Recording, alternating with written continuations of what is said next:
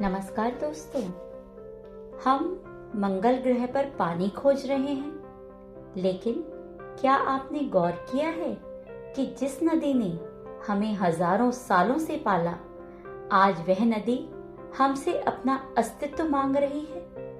आज गंगा सप्तमी है, वही दिन जब माँ गंगा स्वर्ग से महादेव की जटाओं में उतरी थी।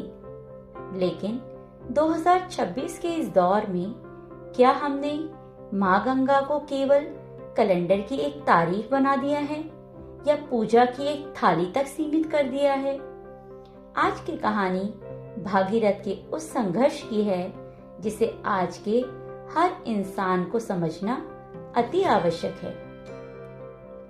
दोस्तों, शास्त्रों में लिखा है कि गंगा का वेग इतना था कि पृथ्वी उसे सह नहीं पाती। इसलिए शिव जी ने उन्हें अपनी जटाओं में धारण किया।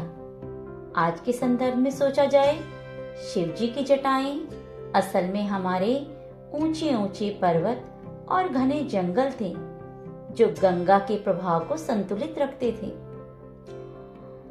ऋषि भागीरथ ने तपस्या की पानी को धरती पर लाने के लिए, और आज हम तपस्या कर रहे हैं पानी को बचाने के लिए। गंगा सप्तमी हमें याद दिलाती है कि प्रकृति और मनुष्य के बीच एक बैलेंस होना चाहिए जो आज बिगड़ चुका है। हम गंगा में डुबकी लगाकर अपने पाप धोने का दावा तो करते हैं, लेकिन क्या हम उस कचरे और प्लास्टिक का पाप धो पा रहे हैं जो हम हर दिन उसमें बहाते हैं? गंगा सप्तमी पर केवल आरती करना काफी नहीं है। असली पूजा तो तब होगी जब गंगा का जल फिर से उतना ही निर्मल होगा जितना भागीरथ के समय पर था। याद रखिए, ऋषि भागीरथ ने पूर्वजों की मुक्ति के लिए तपस्या की थी और हमें अपनी आने वाली पीढ़ियों की मुक्ति के लिए इस नदी को बचाना ही होगा। इस गंगा सप्तमी पर आइए एक छोटा सा बदलाव करें। पहला बदलाव, कम से कम आज के दिन सिंगल यूज प्लास्टिक को अलविदा कहें। दूसरा बदलाव, अपने घर के बच्चों को गंगा की केवल कहानी ना सुनाएं, उन्हें जल संरक्षण का महत्व भी बताएं।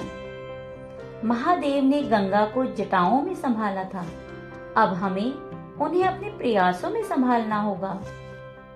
माँ गंगा सिर्फ एक नदी नहीं, भारत की आत्मा है। अगर आत्मा मैली हो गई तो शरीर कैसे स्वस्थ रहेगा? इस गंगा सप्तमी पर सिर्फ दीपक न जलाएं, एक संकल्प भी लें।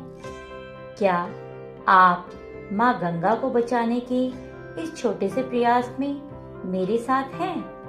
कमेंट्स में निर्मल गंगे लिखें और इस वीडियो को शेयर करके इस संदेश को घर घर तक पहुंचाएं।